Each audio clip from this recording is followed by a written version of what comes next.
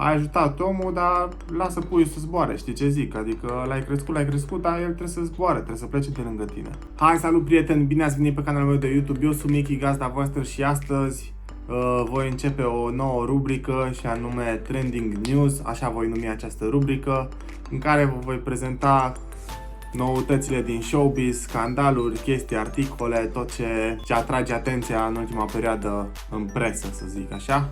Și astăzi aș dori să vă vorbesc despre scandalul dintre Lino Golden și Alex Velea. De la ce a pornit scandalul? Haideți să aflăm. Tot ce am putut afla eu de pe internet, din sursele online. Scandalul a plecat de la faptul că Lino Golden, și nu e singurul, atât Lino Golden cât și Mario Fresh, a decis să plece din Golden Boy Society. După cum bine știți, Alex Velea este fondatorul Golden Boy Society. Alex Velea a avut grijă de Lino Golden și Mario Fresh, de respectat chestia asta, de lăudat chiar. A avut grijă de ei, însă ei acum au decis să părăsească acest label din diverse motive. Ei spun că nu știu, nu mai aveau aceeași viziune, aveau viziuni diferite legate de muzică și treburi de genul. Înțeleg, pentru că ce se întâmplă la Golden Boy acum s-a schimbat foarte, foarte mult față de ce era anul trecut, să zic. Deci în ultimul an totul a luat o turnură la 360 de grade și au decis să plece. Având în vedere că Alex Velea i-a crescut și așa, înțeleg motive de frustrare, se simte într-un fel trădat. Însă nu consider că e așa, pentru că ai ajutat omul, dar lasă puiul să zboare, știi ce zic? Adică l-ai crescut, dar el trebuie să zboare, trebuie să plece pe lângă tine. Și ei cam asta au făcut.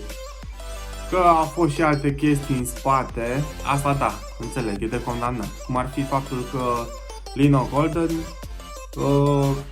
e în mare prietenie cu Abi Talent. Deși Abi Talent a avut un scandal cu Alex Velea, l-a jignit foarte tare și pe Alex și familia lui. Nu consider că e ok ca și copilul tău să fie prieten cu dușmanul tău, știi, cam așa. Deși nu e chiar copilul lui, dar pe acolo. O să vă citesc un story pe care Alex Velea l-a postat pe Instagram. Să vedem ce are Alex Velea de spus despre Lino Golden. Și sună cam așa. Nu mai încerca să îndulcești situația și să te victimizezi cum ai făcut toată viața. Te-am ferit prea mult de insucces, frustrări și bătaie, paranteză, pe care tot tu, bătăușule, le-ai generat.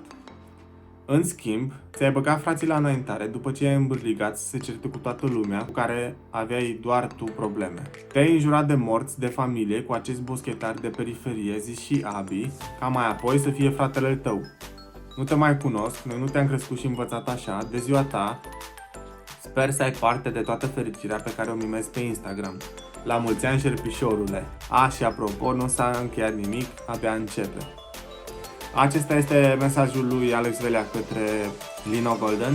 Înțeleg frustrarea, nu pot să zic că a fost foarte rău cu el, adică nu l-a jignit și înțeleg că Alex Velea e un om matur și nu cred că are curge la astfel de chestii la adresa lui Lino sau lui Mario Fresh.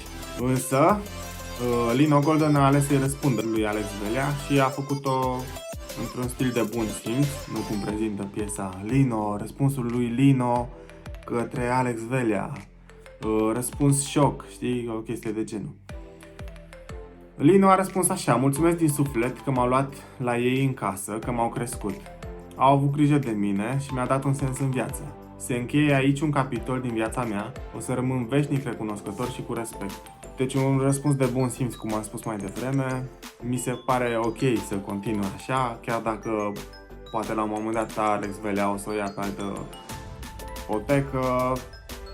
Lino ar fi ok să-ți țină același respect față de el și cred că așa va face. Înțeleg că Alex Velea l-a ajutat pe Lino, însă nu trebuie să-i rămână dator, nu știu, toată viața, adică să nu facă decât ceea ce vrea Alex Velea sau chestii care îi convin lui. El are viața lui, i-a mulțumit, i-a strâns mâna, l-a trădat așa cu prietenia asta cu Abi și înțeleg supărarea, dar o altă chestie pe care aș vrea să o adaug este că treburile astea, având în vedere că ei se prezintă ca o familie și eu am fost tatăl tău și te-am crescut, nu înțeleg de ce au ajuns în presă. De ce apelează la chestii de genul, la story-uri, știi, mesaje prin story-uri și așa. Sunt convins că au avut o discuție când au plecat și discuția trebuia să rămână acolo între ei. Familia Golden Boy Society și familia Alex Velea, Antonia. Ba mai mult, Antonia chiar nu a fost de acord cu chestia asta, a postat și ea niște mesaje pe Instagram. Nu e ok ca aceștia să-și spele rufele în public și da, așa e, nu e ok. Au apărut răutăți din partea celorlalți de la Golden Boy Society către Lino Golden. Nu văd de ce s-ar băga ei în chestia asta, doar că au fost parte din label-ul ăla, nu înseamnă că au fost și familie, să zic așa. Dar ăsta e scandalul momentului. Cam despre asta se vorbește peste tot în presă și am zis să vă aduc și vouă la cunoștință, să știți ce se întâmplă. Cam acesta este episodul de astăzi. Să dați un like acestui videoclip dacă vă place, spuneți-mi părerea voastră în secțiunea de comentarii. Credeți că ar trebui să continui cu această secțiune de Trending News? Abonați-vă la canal dacă nu ați făcut-o. Aproape 80% dintre cei care vizionează videoclipurile mele nu sunt abonați, așa că vă rog să o faceți, loviți și clopoțelul pentru a fi notificați când voi posta și alte videoclipuri. Eu sunt Michi și v-am pupat, să ne vedem cu bine pe data viitoare, pa, pa!